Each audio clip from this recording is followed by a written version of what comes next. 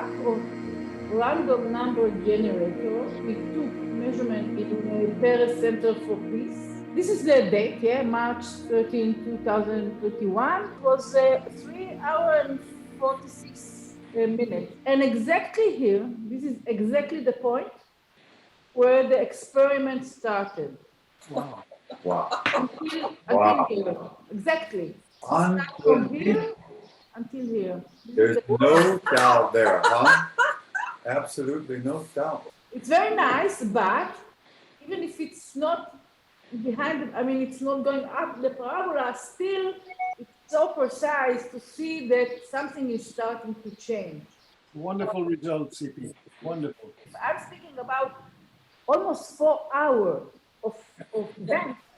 So exactly to see it's going up, it means that, yeah, we did something. Yeah, this is wonderful to see, because when we were in the event and Hannes was singing and I was playing, and throughout the entire experiment, I really felt the connection. I really had an image of that there are so many beautiful people tuning in with us and part of this. I felt them.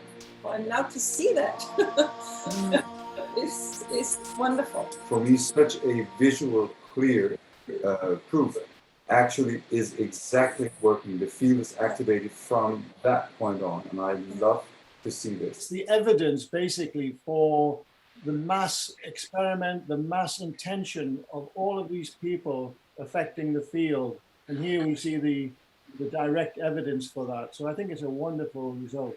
It is so amazing that you do all this. I really think it is so wonderful. And that together, I feel we are in a way a group of on the cutting edge, on the leading edge of trying to make visible what we all in a way sense, what we all in a way feel, but what is so difficult to actually show and share, that this is very real. You know, we are believing so much more in these things, but this is just as real. And this is the direct proof yet again for what we intend to do on the 22nd on your experiment, John. Experiment is very simple. It's to take a test tube of human blood, whole human blood, and to decant it into 2 smaller test tubes. One test tube will go into a very quiet environment, and the other test tube will go into a musical environment. Both of these test tubes, of course, held at body temperature, which is 37 degrees C.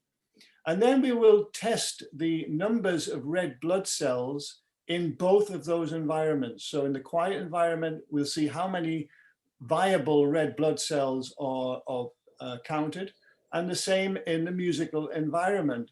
Now, we have conducted these experiments before, and we've always seen wonderful results. And of course, the most wonderful result was when CPU came here with your team and with Anders and Katrina with live music.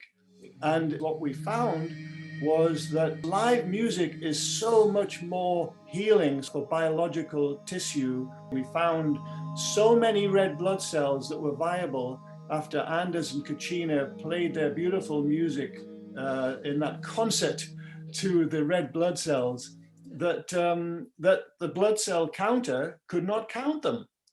So now we are involved in a new type of experiment where we've had a huge number of voices all beautifully edited together that will also now produce a concert for the blood. And this has never been done before. It's completely new. And I'm very excited to be able to explore this particular aspect of music and its interaction with blood. But why it is so important? The primary difference between this experiment and the other experiments that we have conducted is the field, which of course is the whole purpose of this, is to find out if the numbers of red blood cells are affected not only by the direct application of music and voice, which is what we're doing in this particular experiment, but also by the combined intention of everyone that was on that call during the last experiment, where we literally recorded the toning of Anderson, the music of Kachina, and all of those voices that you've now edited together, combined with the positive intentions for healing that we hope will produce a really wonderful result for the blood this time. And of course, it's also the first time in history, as far as I know, that an experiment of this nature has been conducted. So we are literally making history on April 22nd, 2021. Yeah, but John, with you, we are always making history. You know how children take so much joy from putting their footprints into virgin snow, as I did as a child. You know, it's a wonderful thing to think that you're doing something that's never been done before, treading where no one has trod before. Yes. That's true. But if at this time Anders and Kachina will lead a concert or intention with all the people, how you will know if it's the choir that we record or that at the same time people are putting more energy to the field? It's a good question, CP, and I think the answer is quite simple, actually, because, you know, in the past, really during the last 2 years, Professor Sung Chol Ji and myself have conducted several different experiments with music and blood. So we have a kind of baseline. We know what to expect. So if we get a result which is much higher than that typical result, then we will know that it was the collective intention and its effect on the field which actually made the difference for that higher result. That's the simple answer. When we hold an intention, you know, our thoughts actually modulate our heart field, and the heart field of the body is very powerful. Now, like a kind of internet, you could call it, the magnetic field of the earth, of course, surrounds the whole of the earth.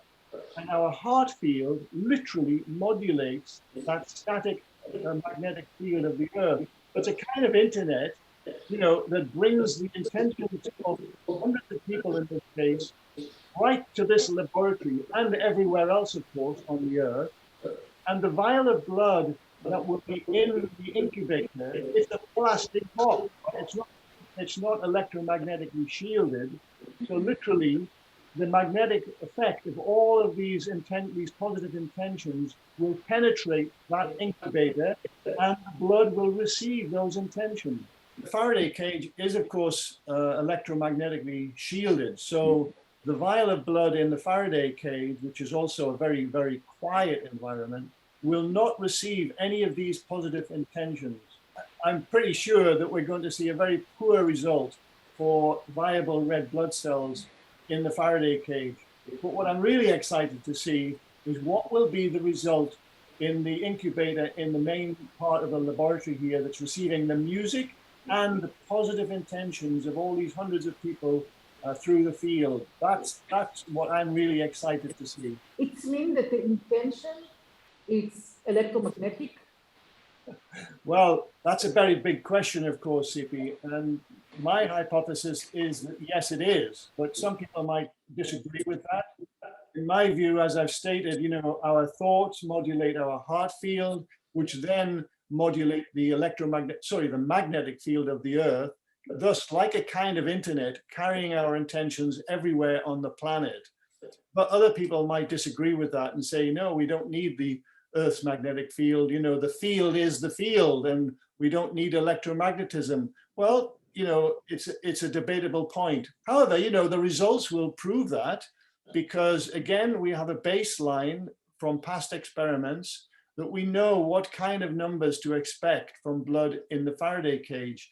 And if on this occasion we find much higher numbers in the blood in the Faraday cage, I will know that my hypothesis is incorrect. Yeah, and intention, it's much beyond electromagnetic. Yeah, maybe we'll find out. It's exciting to find out. And again, we're coming back to this idea that we're treading where no one has trod before. Yeah. I have an idea for a future experiment. All of a sudden coming, because the blood that you will be using is living blood from an actually living person. Yeah. We don't know the identity of this person, neither do you.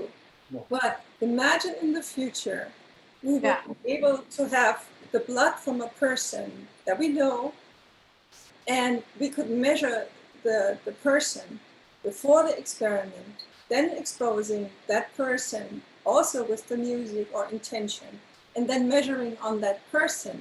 Because now there might be a person that during our experiment all of a sudden feels fantastically well and doesn't know why.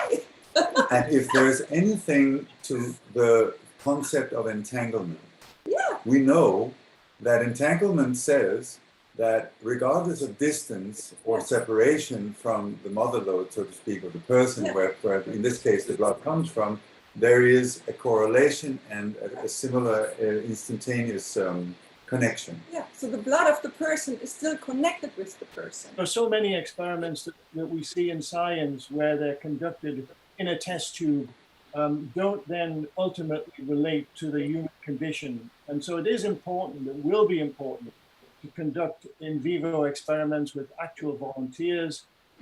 And then we can work again in the future, you know, with this, with hundreds of people sending their positive intentions to these volunteers. That will be an exciting time. And I think that what it means, the overview of this whole in vivo experiment situation means that there could be a huge advance in medical science. I mean, the potential is there for a massive advance, because if we can trigger the body's healing response with sound and with music, then we don't need drugs. We already intuitively know that, but we have to now provide the evidence, because without that evidence, there would not be any changes in medical science.